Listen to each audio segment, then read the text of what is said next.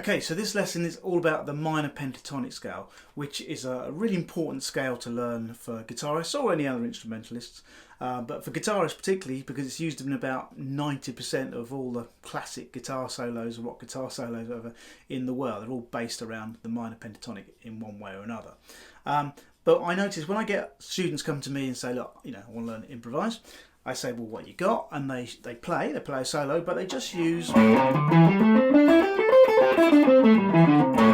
just that one shape, the one shape we all know, shape number one, okay, which is fine. But what we need to do really is take those 5 notes. In the case of A minor pentatonic, it's A, C, D, and G. Yeah, A, C, D, E, and G. Okay, and then it just repeats after that. A, C, D, E, G, A, C, D, E, G, and so on and so on. Okay, we want to take those 5 notes and we want to be able to play them all over the fretboard, okay, not just in that one shape. So because there are 5 notes, there are 5 shapes to learn. Okay, so in this lesson I just want to go through those 5 shapes to show you exactly what they are so you can practice them and get familiar with them. Okay, so let's dive in straight away to shape number 1. Now when I run through shape 1, the one you probably all know, I want you to pay close attention to my fingers and the way I'm fingering the frets, and also to my right hand, my picking hand, okay, because it's very important to get a good picking habit and a good fretting habit basically. So the shape, start off on your first finger on the 5th fret, that's the A, that's the root note, and then you put your finger down on the 3rd fret, 3rd fret up from there with your little finger. Now you'll notice when I do that, these 2 fingers come down as well.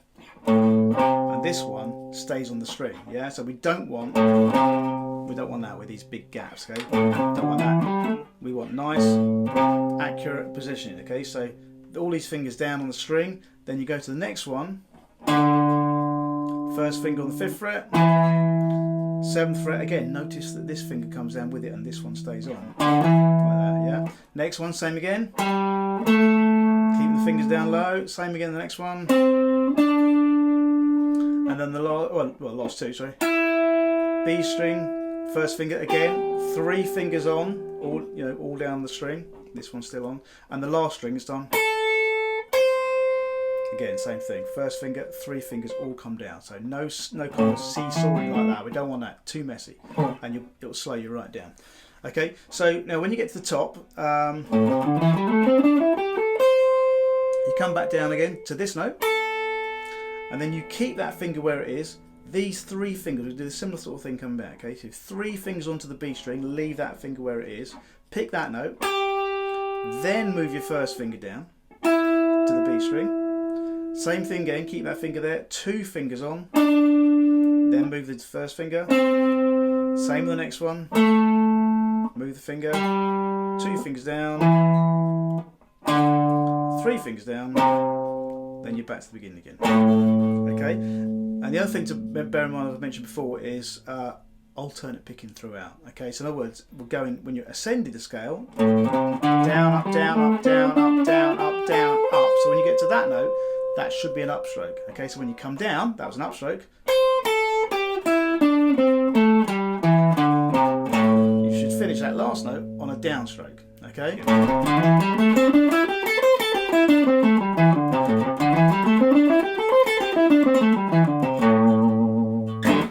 Now, one more thing you need to be aware of when you do all your shapes is to learn the root notes. Okay, so in shape 1, now the shape 1 starts on the root note being the root of the key you're playing. Okay, so in this case it's A. So we've got 1 there, got 1 there, and you've got 1 there. Okay, so you've got 3 root notes in this shape. 1, 2, 3. Okay, and you want to get to know where they are.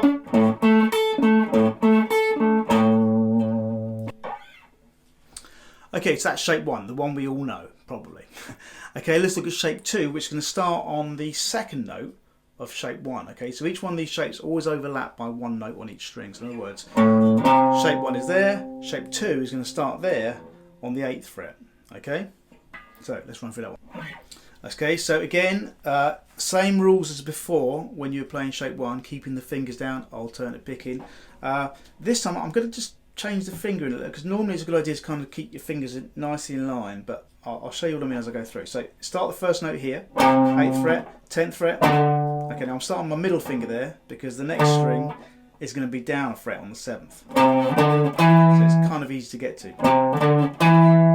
Okay, then you go to the 7th fret, then the 10th fret on the A, 7th fret on the D, 10th fret, then 7th fret again on the G, this time to the 9th fret. Now the next two strings are on the 8th fret and 10th fret. Okay, but I'm actually, what you could do, you could just like just did then, you could use your middle finger and your little finger and your middle finger and your little finger. But I actually, when I get to that bit, I actually move up to use my first finger and then again the next one and my third finger. You don't have to do that. The reason I do that is just because these two fingers, the first and third, they're just a little bit more playable, you know what I mean?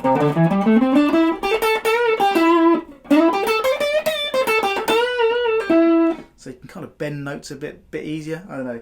But a lot of people like to be strict and do it. You can see I don't do it that very often. They like to use their middle finger and little finger to keep everything true and accurate on the frets. Okay. Now the root notes, don't forget, got to learn every root notes, every shape. You've got this one here, which is also in shape 1, okay, that one there, but except when you play in shape 1 you play it on that finger, okay, and the other one is on the 10th fret of the B string, so that note there, only 2 root notes this time.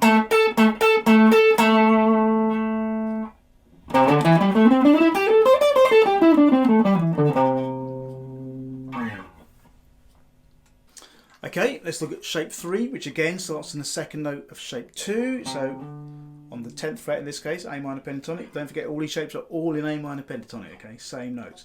Okay, let's look at shape 3. Sorry. 10th fret, 12th fret, 10th fret, 12th fret, 10th fret, 12th fret. Okay, now the next string is actually on the 9th fret, but you notice I've kind of used my first and third finger. And then you just have to dip down because this shape is nearly all on the 10th and 12th fret, not quite. Oh, sorry. That's the 9th fret. I just kind of stretch my third finger up to 12th. So all I'm doing really is just using the same 2 fingers, but just dipping that finger down for the G string. Then you're back to 10th fret on the B string, and then 13th fret.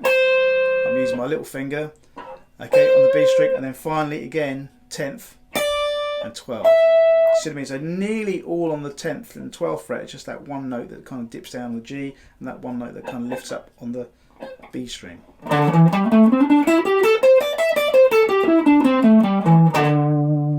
And the root notes in that shape, you've got one there, which is, don't forget, was a root note in shape 2, except we played it on that finger. And the other root note is there, 12th fret on the A string. Okay, we're doing well. Let's go for shape 4 then. This time again, don't worry, don't forget rather, starting on the second note of shape 3, which in this case is going to be the 12th fret, okay, still in the key of A minor, don't forget. Shape 4, which goes like this. Now, this shape I am going to be, this is how I play it anyway. I'm actually going to be very strict and actually keep my fingers perfectly in line for this one, okay? You can kind of move things around with the pentatonic. You don't have to be really strict with your fingers. When it comes to things like the major scale, you have to be a little bit more accurate, but you kind of can move things around a bit. But in this case, I am actually going to apply 1 finger per fret, okay? So shape 4 starts on the 12th fret, then goes to the 15th fret, don't forget 3 fingers down. Same on the next string, 12th fret, 15. Okay, then 12th fret again, 14th fret, same with the next one, and the next one, just this one note only kind of dips up onto the 13th fret, so I use my middle finger, and then my little finger, because it's only that one string that's kind of odd, so it keeps it all in line on the 12th fret there, and then 12th fret on the E string, 15th fret, yeah, so...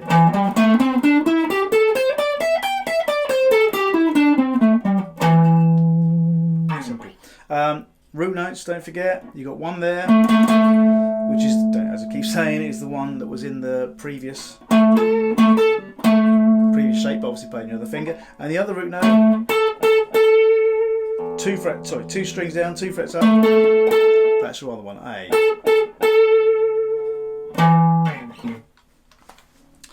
Okay, so last one. Now shape 5, again, does join in on shape 4, which is the second note of shape 4. So second note of shape 4 is right up there on the 15th fret. Okay, so you could start it there, but what we're going to do is we're going to take it down the octave all the way down to fret 3, so you can see how it joins up with shape 1 back at our starting point on fret 5. Okay, so let's do shape 5 then. Now this shape, this is the one where I kind of break the rules a little bit on shape 5. I tend to, I always say when you practice, you really use the same fingering every single time you play a scale, so your fingers can rely on it and you always play consistently. I must admit, when I play shape 5, I tend to play it differently depending on what part of the fretboard I'm on. So if it's down here, which is in the key of A, which we're going to do, I will play it like this. It's the first finger on the 3rd fret, 5th fret, 3rd to 5. Okay, then down to 2nd fret to 5th fret. Again, 2nd fret to 5th fret, and then back to 3rd, 5th, and 3rd to 5th. So again, like shape 3, it's they're almost kind of on the same 2 frets, except for these 2 notes here.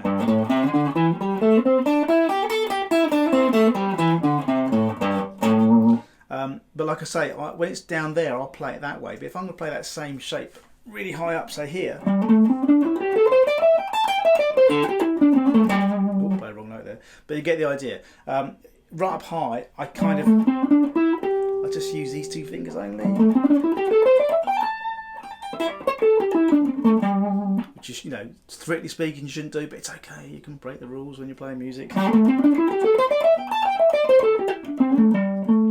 Okay, and just one finally, of course, the root notes, don't forget, very important. You've got one there. Now don't forget, that note is going to be the same as the one in shape 4, except when we played it in shape 4, is up here, it's the octave above. Okay, so if I play it, see what I mean? Yeah? And of course, the other 2 root notes, you've got 3 root notes in this shape, are going to be those 2 on the 5th fret on both E strings, because you kind of come full circle now and you're